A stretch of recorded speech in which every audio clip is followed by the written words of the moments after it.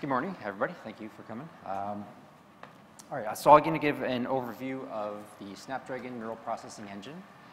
I'll be looking forward to the other presentations today to see other companies' different architectures. There we go.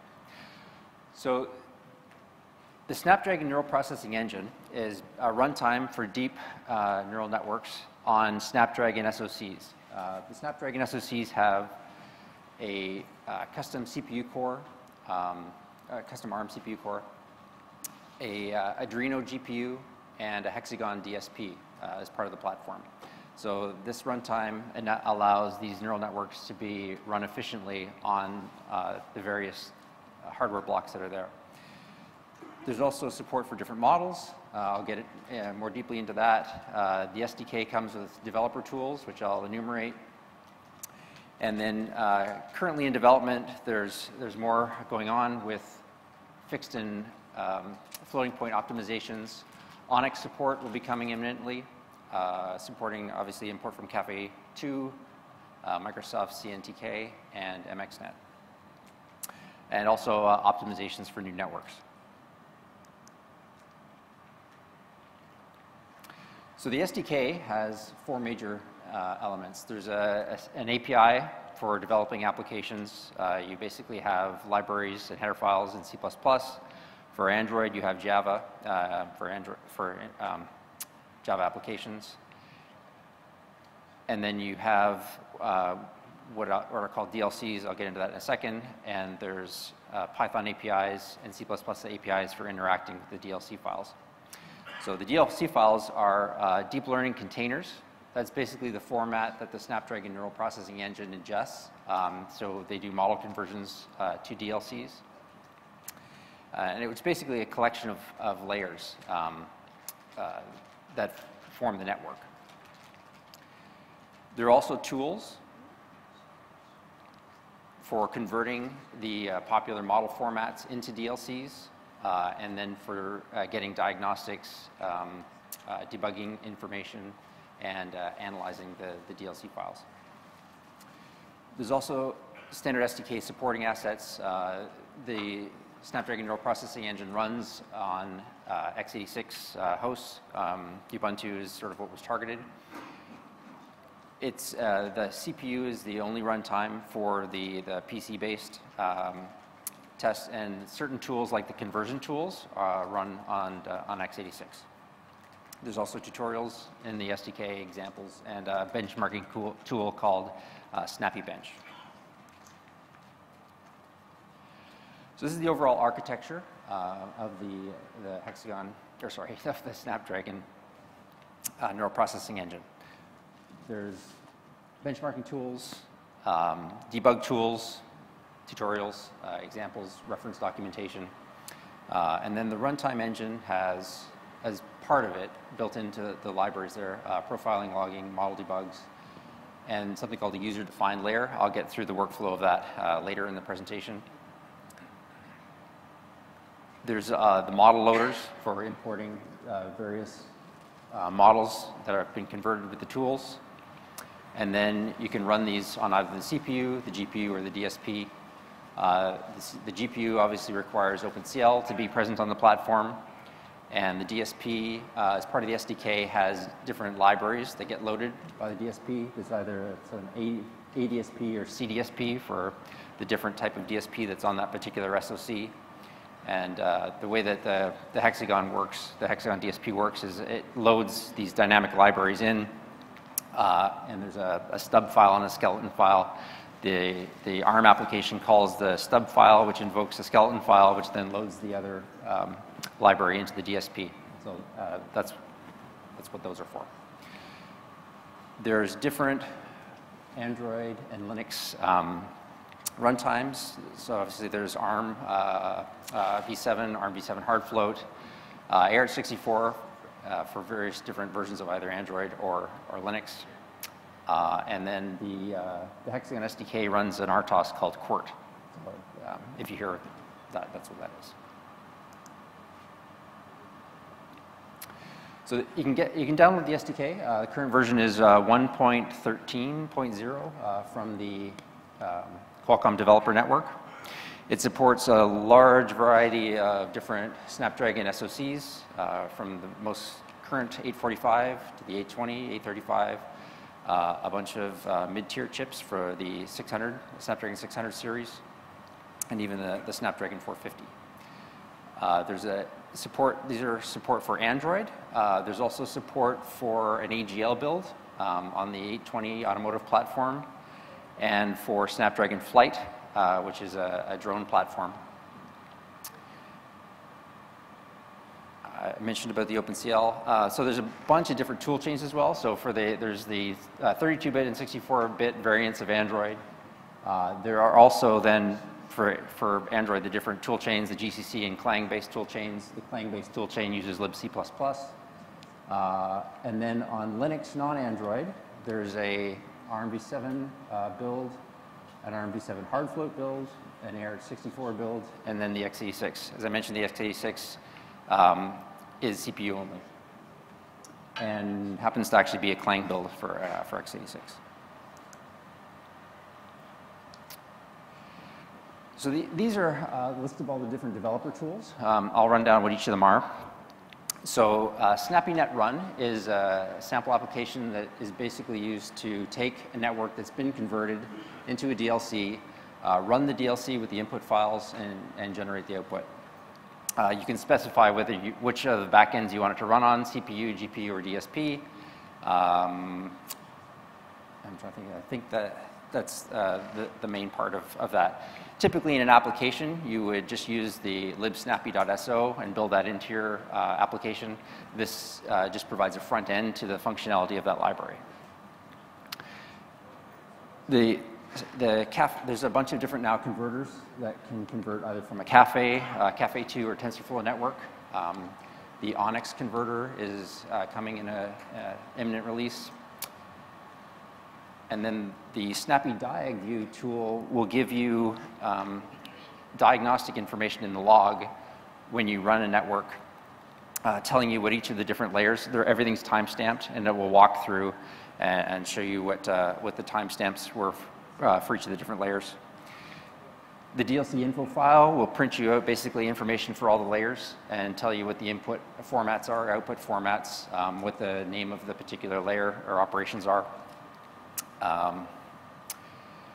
And then the network models can be quantized or dequantized. And I'll get more into that in a later slide.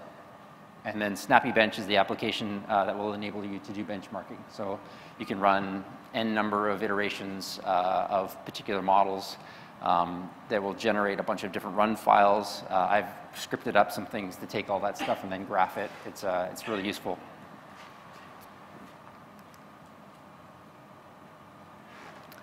All right, so let's get a little deeper into the workflow. So you basically take a network created in one of these frameworks, TensorFlow, Caffe, Caffe2. Many of the different popular networks are supported. The main workflow is then you take the model file, the weights, and the biases. You'd use one of those conversion tools that I just mentioned, the Snappy Caffe to DLC, for instance, and that will generate you the DLC file. Your application then links in the libsnappy.so file, and that can load in the DLC file and run the network. There is something called user-defined layers, which are useful for prototyping, which lets you support layers or operations which are not yet supported by the runtime.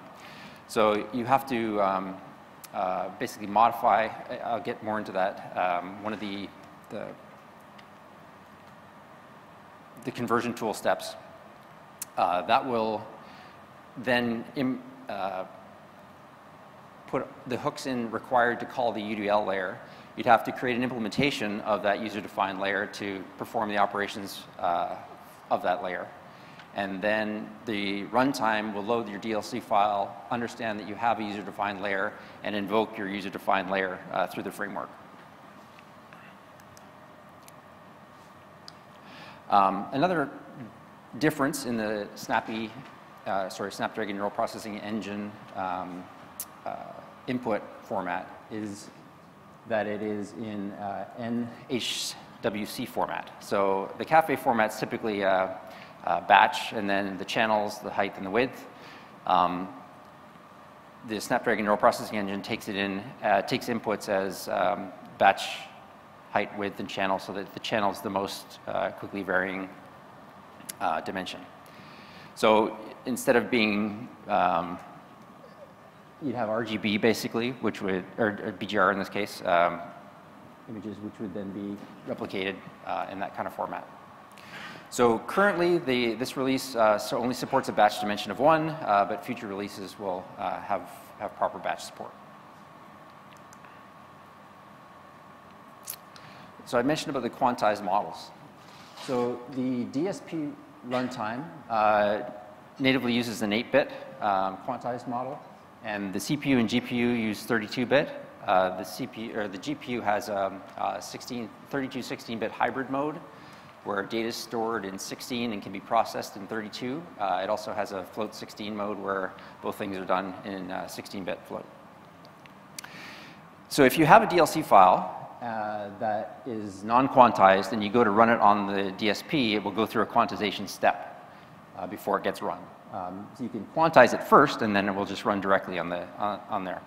You can also take a quantized DLC file and run it on the CPU or GPU, but it will go through a dequantization step before it actually gets run. So if you want to prevent those things from happening when you go to run the network, you can make sure that it has the right format for the backend you're using. All right, so a little eye chart, not something you don't have to read it all. I'll walk through basically what's happening, but this is basically the code. There's a couple places where it calls it to a function which would have a little bit more code, but typically this is really what you would have to do to invoke the add the Snapdragon neural processing engine into your application. You basically set up the runtime. You decide what you want it to run on, CPU, GPU, or DSP. You detect whether it's supported, and then in this case it's seeing if there is GPU support, and if so, it's using that. Otherwise, it's just defaulting back to the CPU. You would load the DLC container, and then you would build a snappy instance saying, this is the back-end runtime I'm using. Do I have any user-defined layers? Am I using user-supplied buffers or not? And then build it. So then there's two different types I can use. If I'm not using user-defined buffers, then I'd be using what are called iTensors.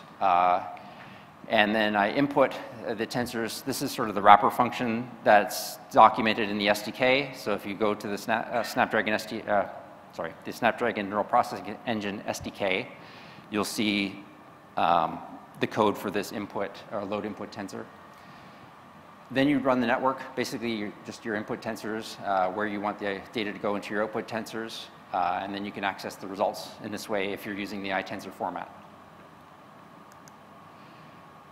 If you're using user buffers, you would then do something similar. Again, load the inputs, run the network in exactly the same way, and then you would access the data slightly differently, obviously, in the user buffers, but the flow is basically the same.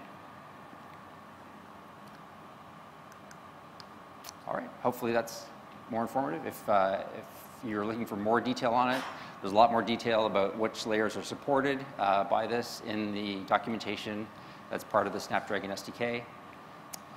There's examples that are there. There's an example for AlexNet that will go through the complete conversion process. And if you have any questions, feel free to ask or see me after the presentation. Yes? So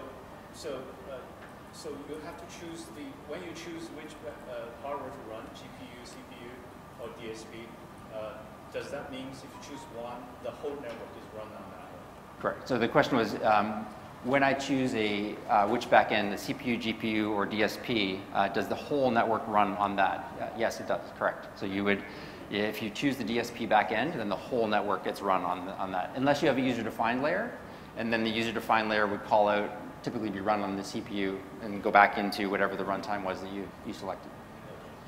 The second question is the quantization. The second question is about quantization. Yeah.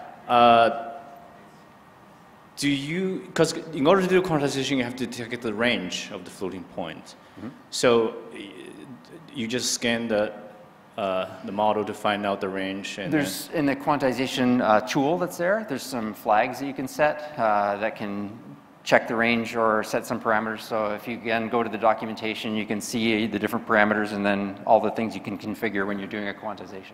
Okay. One last question. So you support Android. How does your toolkit fit into TensorFlow Lite and then API? Today, right now, the NN API is not something that's widely deployed in the available phones. But so today, typically, if you're building an application for Android, you would be using the Snappy SDK. You'd be building it into your application. The platform itself for Android, when someone makes Android, would be leveraging the Qualcomm BSP, which would have provided a backend under NNHAL for the NN API in Android. So the workflow would not be through Snappy, clearly, in that case. You would be going through TensorFlow Lite, through NN API, and just executing it that way. So you wouldn't have to build anything into your application, per se.